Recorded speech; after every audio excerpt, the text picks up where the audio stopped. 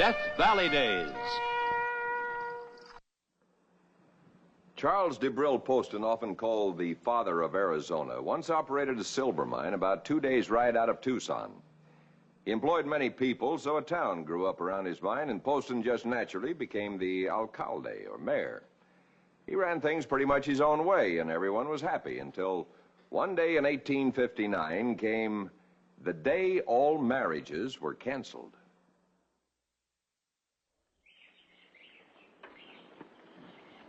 I, James, take thee, Marie, to my wedded wife. I, James, take thee, Marie, to my wedded wife. And pledge thee my troth till death do us part. And pledge thee my troth till death do us part. I, Maria, take thee, James, as my wedded husband. I, Maria, take thee, James, as my wedded husband. And pledge thee my troth till death do us part. And pledge thee my troth till death do us part.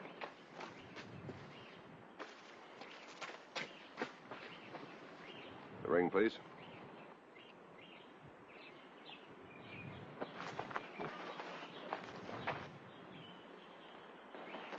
Put it on her finger. Now say, with this ring I thee wed. With this ring I thee wed. For as much as James and Maria have consented together in holy wedlock, and have declared the same before God and in the presence of this company, I pronounce them man and wife. Now, Jimmy, you may kiss her.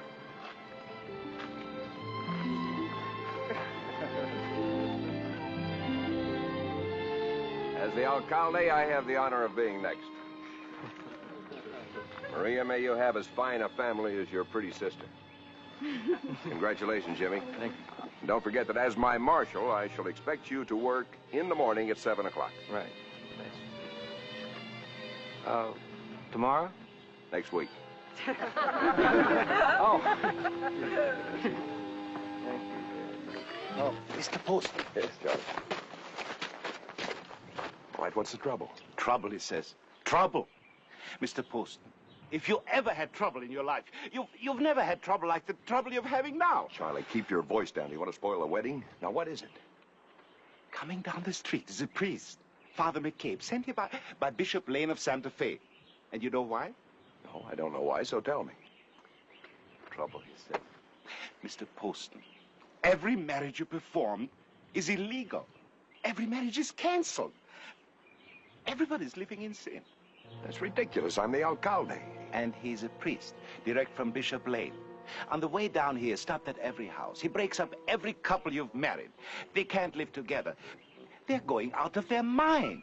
Wait till the town hears. There won't be any town. You won't have any mind left. And look what you just did. Well, you did it again. Now, wait a minute. Let me think. Think?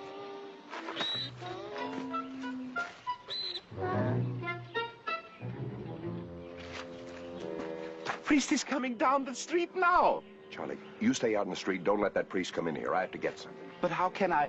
You got to get what? You'll see. Just let me handle this. Don't worry. I want no part of this. You stay out here, but calm down. Don't let on we know anything is wrong. But... hello, Father. You are the alcalde, Mr. Poston? Who, me?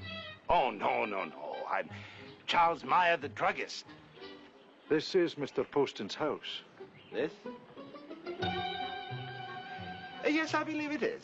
Welcome, Father. I'm Charles Poston. We're honored to have you in our town. One of our greatest regrets is we have no church here, so we're delighted to have you pay us a visit. Thank you, Mr. Poston.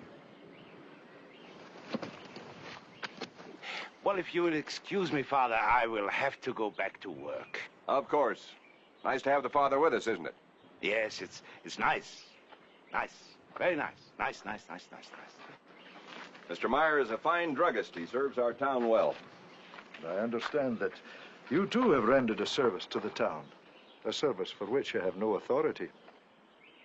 Yes, sir, I must confess that I have, but when the need is great, someone has to step in to do the job. I assume you're referring to the money I issued.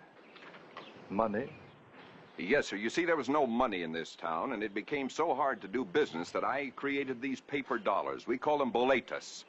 I realize I should have gotten permission from the government, but It was so far away and the need was so urgent. Mr. Poston, Well, don't worry about their being good. They can be redeemed at any time at my mine in silver, full face value. Let me show you. Most of the people in this town can't read, so I use pictures on these bills. The lion is $10, the bull is $5, the horse is $1, and so forth down to the pig, which is 2 bits. Mr. Poston, it wasn't money that I came here to discuss. Well, no, of course not, but now that the subject has come up, you know, it's so seldom that we have an opportunity to express our gratitude for the good things that have happened to our town. This is my chance. Father, I'd like to make a contribution to your work. I will accept the money, Mr. Poston, in behalf of the church, and I thank you. But this was not the wrong I was referring to. Mr. Poston, by what authority do you perform marriages? Authority? Well, there are no priests for many miles. There is a need, and I am the alcalde. Did you ever seek help from the bishop? And did he ever give you special permission to join couples in holy wedlock? Special permission? But I didn't know that... Oh, now I find it impossible to believe that you didn't know there were very strict rules regarding marriage. What's going on in there? It's just a little party. Mr. Meyer wouldn't let me go in. Would it be a wedding party? Wedding party? Yes, sir, it is. And you perform the marriage? Yes, sir. Stop it! Stop the music! Stop! Father, how wonderful. Have you just been married by Mr. Poston? See, Potter. Yes, Father, we have. It's my painful duty to inform you that you're not legally married. In the eyes of the church, you're not man and wife. Why not? Because Mr. Poston has not now, nor has he ever had, the authority to perform a marriage. Are any of you married here by Mr. Poston? Sí, padre. Teresa and I, we were. Then you too are not legally married, my son. Anyone else married by Mr. Poston, I warn you now to separate and to stay apart until this problem is cleared up. This is our wedding day, Father. Couldn't you just remarry us? I'm sorry. It'll have to wait until this matter is cleared up. Actually, your problem is not quite as serious as that of the others. Are you an officer of the law? Yes, sir. Good. I want this man arrested and held for a civil trial. And mark you, you tell your justice of the peace exactly what has happened here and ask him to convene the court for Monday. I must go now and warn everybody in the area that I'll be back for the trial on Monday.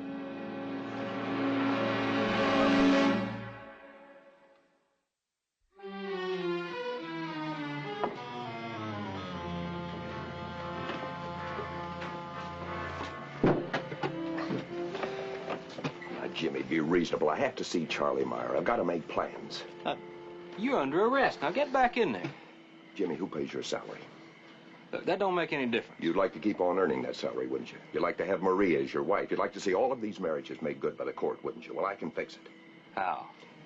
Keep me under arrest if you want to, but come along with me. When we get to the store, I'll explain what we have to do. I don't know if I By can do that. Monday night, you and Maria will be man and wife. What do you say? All right, I'll listen. Good. No tricks now, Mr. Poston. But right now, I wouldn't mind at all pulling this trick.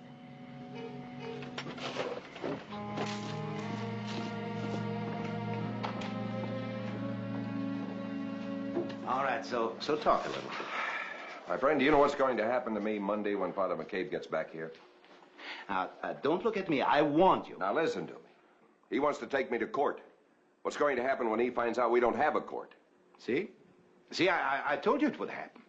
Well, it's not going to happen. We will have a court. We'll have that trial right here, and we'll settle things our own way. We'll have all those marriages made legal, and that'll be the end of our troubles. Well, good. But what has that got to do with me? You're going to be Judge Meyer. Oh. Oh, yeah. And just where do I preside? Well, I was thinking right here. Oh, no, you don't. Now, wait a minute, Charlie. Maybe. No. Wait a minute. Maybe it is too small. How about your warehouse? Your warehouse. Oh, no. That's out of the question. Charlie, I won't move the merchandise. Charlie, think a minute.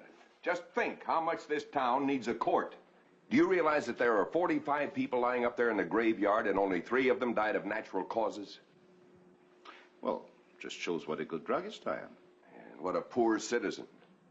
Charlie, we need a court now. And you're just the man to be our justice of the peace. After all, who's the smartest man in town? I am. And you're the only one with books. Law books. Law books? This one is Materia Medica, and this one is How to Set Broken Bones. And they're both in German. That's right, they're in German, so you're the only man in town who knows what they say. Let me show you how easy it is. Now, you sit here at your judge's bench. It will never work. This is a historic moment in the history of our town. Our first court is about to open. It will never work. Sure it will. He even looks like a judge, doesn't he, Jimmy? Well, the only one I ever saw was that little cross-eyed circuit fellow that come through, and Mr. Meyer sure looks better than him. Well, we don't need him anymore. Charles H. Meyer, as alcalde of this town, I hereby appoint you justice of the peace. It will never work. At a salary of $50 a month. Well, maybe it will work. So now that I'm in office, well, what do I do? Yes, well, the secret of being a judge is you must have authority. You look up the precedent in the book. For instance, a fellow goes out, gets drunk, paints the town red. What's the fine? For painting the town red? Well, we'll just look it up in the book. We'll just look up the law. Uh-huh. Ah, yes, here it is.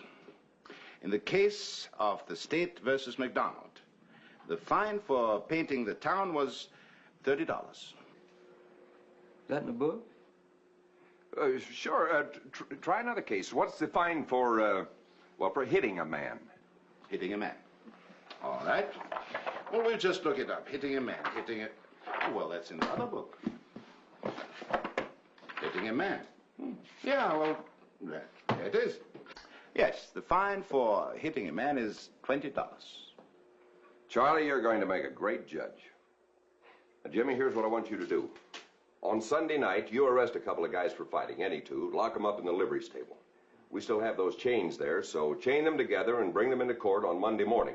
After Father McCabe arrives, Charlie, you try them. Just don't let on that we don't have a jail. You know, find them, look it up in the book. That'll prove that this is a legitimate #1 court. And then what?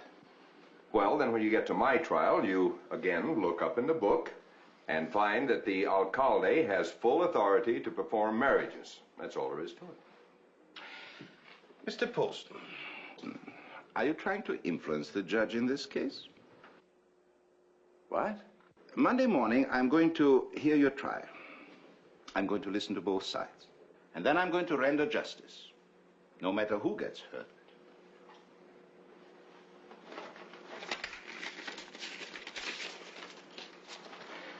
What's that for? $20. The fine for hitting a man. Hold it. Judge, you want me to arrest him, Judge? No. He paid the fine in advance for contempt of court. But remember, Mr. Poston, Monday morning when you come for trial, you've already got a criminal record.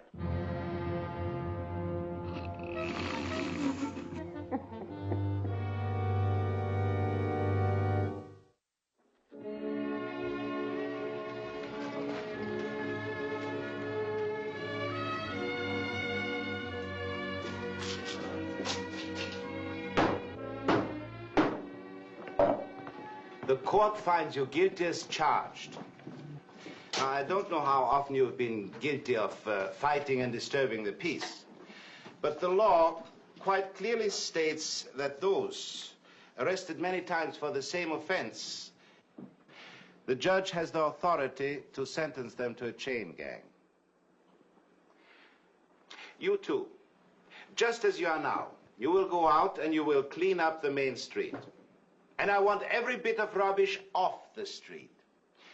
And when the street is clean to the marshal's satisfaction, then you will be released. Marshal, take them away.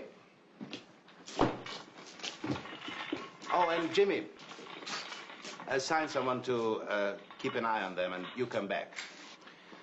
Now, the next case is the town versus Alcalde Poston. Mr. Poston, will it be necessary to have a jury trial? No, sir, I will abide by the judge's decision. Father McCabe? I see no necessity for a jury trial. Good. Is the defense ready? I'll handle my own defense. Yes, sir, I'm ready. Is the prosecution is ready. Do you have any witnesses, Father McCabe?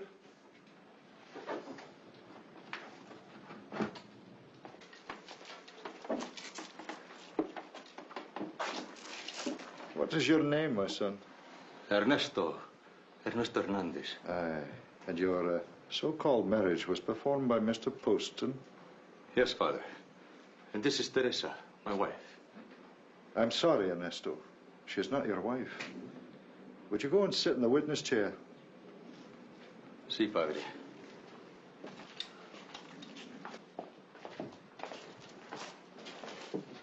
Your Honor, will you swear him in on the Bible?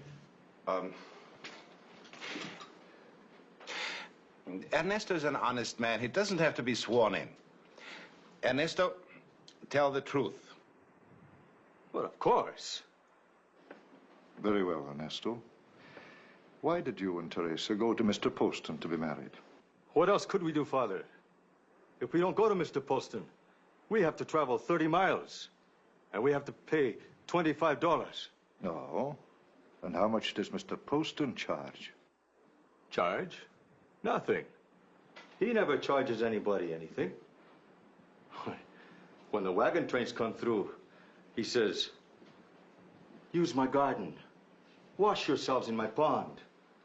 Eat my vegetables. Nothing. No money. Why, Mr. Poston, he's a fine man. Did he tell you that he had the right to marry you? He marries everybody.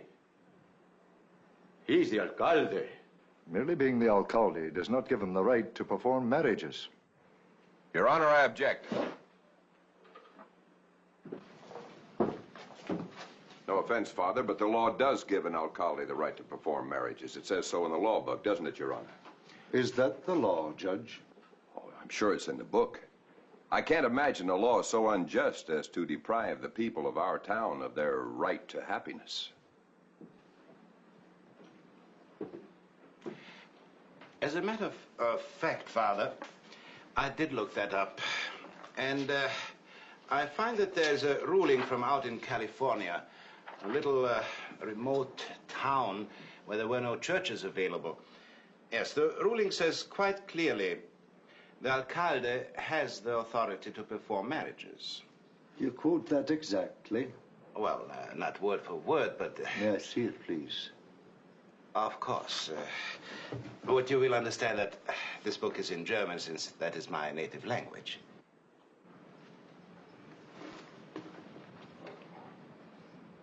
Your Honor, may I call another witness? Of course. Who? Mr. Poston. Thank you, Ernesto. You can go back to your seat.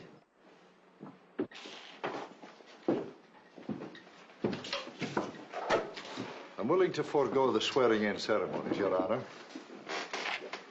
Now, Mr. Poston, assuming, just for the moment, that the alcalde has certain rights so far as civil marriage is concerned, are you in fact the alcalde? Just where did you come by the job? Well, there was a need for someone in the job, so a group of us got together and... Were you elected to the job? Well, there was no formal election, actually, no. So you just took the job? And how much are you paid, Mr. Poston? Nothing. And who bears the cost of running the town, of paying the marshal's salary? I do. And who appointed the judge, and who pays the judge's salary? Father McCabe, I can assure you, no matter how I got this job, you will get justice. Oh, I intend to, Your Honor. Now, Mr. Poston, in the law books, according to the judge, they refer to the alcalde's legal authority to run a town. Now, in actual truth, Mr. Poston, do you have that authority? Father, that brings up a very interesting question. If I didn't have the legal right to be alcalde, then perhaps nothing I've done as head of this town was legal. Aye, that's just the point, Mr. Poston. Yes, it is. That could mean that I had no legal right to issue money. It could also mean that all those boletas that I issued are legally worthless. Well, now, that is an interesting point to consider. Is there something in the law books that covers it? Well, it must be. Well, we'll just look it up. Let's see, money. Oh, yes, well, that's in our other book. The title of this is How to Settle Money Questions. Oh, yes, here it is. It says, in effect, when the acting head of a community... Now, acting head could certainly be interpreted as acting alcalde. When the acting head of a community issues paper money for the convenience of business, that money shall be accepted as legal tender and must be redeemed in silver on demand. Good, good. Well, I was hoping that would be in the book. Well, now, Father, wouldn't you say that if, as acting alcalde, I have the right to issue money, I would also have the right to perform marriages when the lack of an available priest makes that necessary?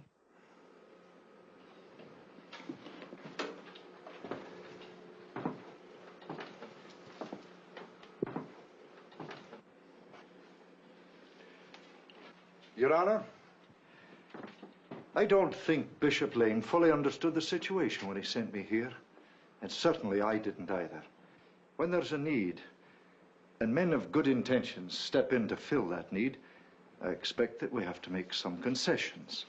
And I think that the bishop is going to agree with me on this. Now, I ask that this legal action be set aside, for I now feel that these marriages were made under thoroughly acceptable civic authority and are therefore quite legal. Now, I'm happy to tell you, I have a generous gift of $700 from Mr. Poston, and we'll use it to start a church here in your town, so that there need be no problems in the future about marriages. And now I'd like to go to Mr. Poston's garden and offer a prayer of thanks for a happy solution to all of our mutual problems. And I invite all of you to join me. Oh, Your Honor, don't you agree?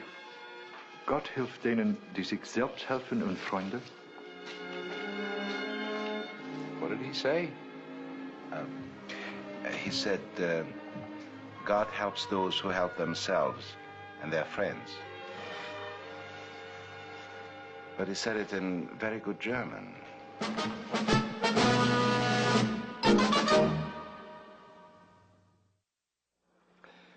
When Arizona became a territory of the United States, Charles Meyer was at long last officially made Justice of the Peace. Charles Poston went on to become Arizona's first representative in Congress, and his great efforts earned him recognition as Father of Arizona. On April 26, 1925, his remains were reinterred in a memorial dedicated at Poston's Butte near Florence, Arizona. Next week, another true story from Western history. See you then.